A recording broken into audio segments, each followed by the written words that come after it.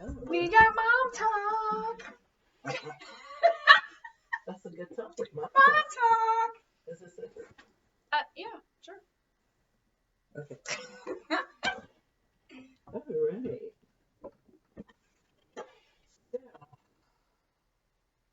you know you wanted to be a mom? Let's see. I always wanted three. I want them young, but not as young as I had them. Definitely was not prepared. I took parenting class, pups class, infant class, the damn baby doll that you had to stick the key in, and nothing prepared me for what was coming. Oh my god. Oh my god. So, what have been the joys of I gotta say, my favorite part of parenting was infant stage, and now that they have their own personality and seeing who they are as little young, well, they're not little, they're as tall as I am. And my 8-year-old's up to my shoulders, so I think now that they have the freedom to speak and be who they are, watching them come into their own, although the mommy, mom, she loves me more, she loves me more, she loves me more. I came first, you came last. Well, I do all of that. But it's funny, it's funny.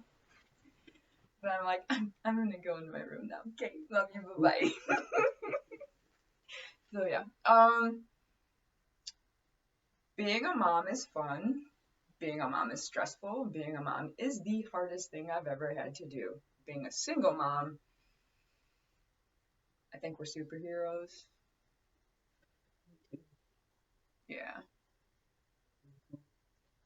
because I think I lose my head more than I lose their stuff. So I'm kind of on autopilot sometimes. Like I think last night earlier, like, did you brush your teeth? Do you got your deodorant? Did you shower last night? Do you have your book stuff ready? Do you have your computer? I'm not bringing your stuff to school. You better have it. Don't text me when you're at school. Text me at school. Can you bring my lunch? Nope, I'm at work. You SOL. Go get a peanut butter and jelly sandwich. But I don't think they do that anymore. But you know, it's like, figure it out.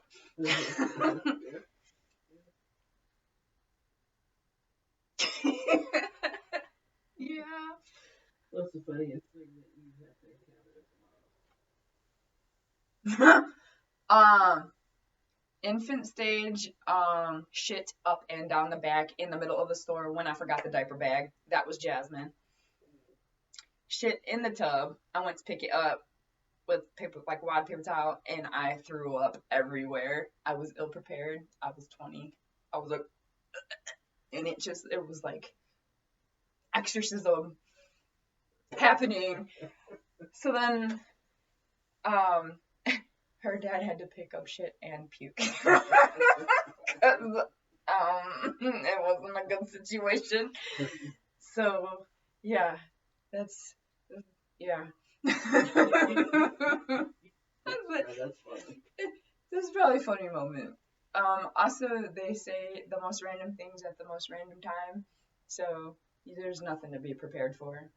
Nothing. Ever. Can't say the darkness. Yeah, that's an understatement. Especially teenagers. How's dealing with Actually, I love it because I think because I already had a good structure in place. My kids had a good foundation as far as discipline and structure, and I do allow them to speak freely. I don't allow them to curse in front of me or disrespect any adult, but I do allow them to speak how they're feeling and to communicate what's going on mentally and emotionally with them. So I haven't had, I think the worst experience as teenagers I've had, as far as behavior is concerned, was, when my daughter kind of shifted into high school, she was trying to figure out who she was because all my children are mixed. So she has always been in a white school, and now she was 50% black school, 50% white school, and she is also 50-50. So she wasn't white enough for the white kids, black enough for the black kids. So there was a lot of issues going on. But that was more of a public standpoint, in regards to her, she had like a 3 month spurt of acting out, trying to figure out who she was. But I mean, aside from that, her and my son have been great teenagers so far. So far. What has been the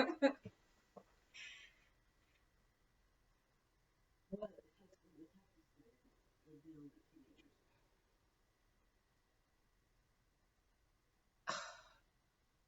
Honestly, I don't have a lot of issues. I think my issues are do your damn chores. Do the damn chores, please. It's been on the chart on the wall for 2 years. Haven't changed. So what's your discipline Depends on the situation. So, uh, I'm finally to a point where I have said if there's dishes in the sink, they're gonna end up in your bed. Cause I'm not doing it. That's your thing. If there's trash left, it's gonna go in your bed. Now you have to do trash and laundry. So, always take for my 14-year-old taking electronics away. You know, that's the most devastating thing in the world. But I already don't allow electronics Sunday through Thursday, because you need to be focused on school. So their free time is Friday night and Saturday. So How was your style of disciplining different from your parents? I actually would have to say I'm more like my dad. Just kind of communicated about what was appropriate, what was inappropriate, and then like took things away. I remember very specifically my stepsister, and I. We had a slip and slide, and at the time my dad lived in Posen, and we owned a bar called Al's Corral, and then the house next to it, and we left the slip and slide out, and we just ran off with our friends and went to the park all day, and we came back and the slip and slide was in the trash, even though he just bought it. But the point was we didn't put our belongings away prior to going on to the next activity. So that was kind of my dad's style. So I would have to say I'm more like my dad in that regard. Yeah. So what advice would you give to individuals who are thinking of having children? Don't do it. Don't do it. Turn back, hit the reset button, use a condom, birth control, save your money and travel. What do you think would be the best age to start having children? Never. Never. Don't do it. Just don't. Because you know what? I'm excited that I had him young because I'll be done in my 30s. I mean, I only have my little guy, so really I'll be done in my 40s, but he'll be a teenager, so he'll be off doing his own thing. But then I look at my friends who are in their like 30s, and I'm like laughing because I'm like, you're gonna be the ones walking down the aisle of graduation with the walker, and I'm gonna be on a beach somewhere having a cocktail. So I really just think it depends on when you're ready. I honestly would say save your money, see the world, get settled in business and whatever you're gonna do, whatever your desire is first, and then have children because they cost an extreme amount of money. As I've spent $1,000 in the last 2 months. How about individuals who have children about to go into teenage years? Run.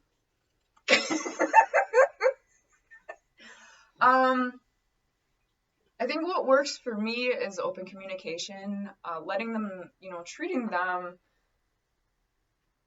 like, not like they're an adult, but being there for them because they're going through so much. And, we went through high school. It's not changed.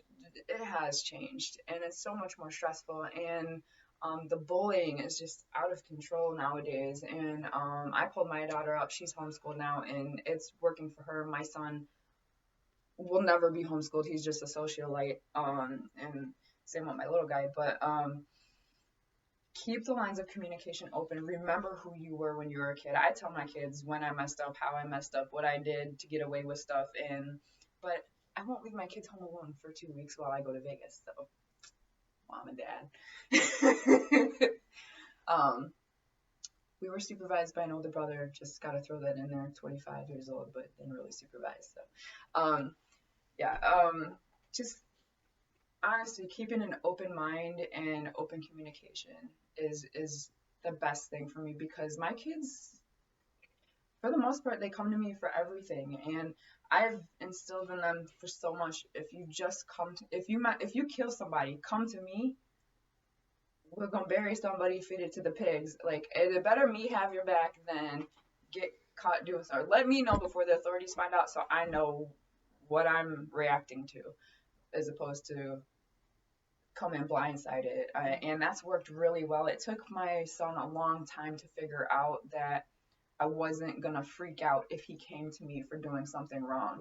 So once he started doing that and realizing that, oh my God, I didn't get in trouble, or oh my God, like mom totally didn't flip out on me, like he has opened up so much, and it's been, I'm like, I have communicators, and it's awesome. It's so awesome to hear who they are with their friends, for them to be able to express who they are with me in a respectful way. And I tell them, if they say like, I don't allow my kids to say yeah, I'll keep what what until they say yes, because I refuse to raise people that do not sound educated. You're educated. You have an education. Do not speak disrespectfully. I don't care how you talk in the street, but in front of an adult, you need to sound educated, especially because you are mixed children. You already have a persona against you. So my daughter, she's the darkest out of the three, and I tell her, you are young, you are black, and you're a woman. So you need to be educated. You need to have a higher power about yourself, and you need to have a poise about yourself and the way you speak to adults, because you're going to be judged everywhere you go. Whoa.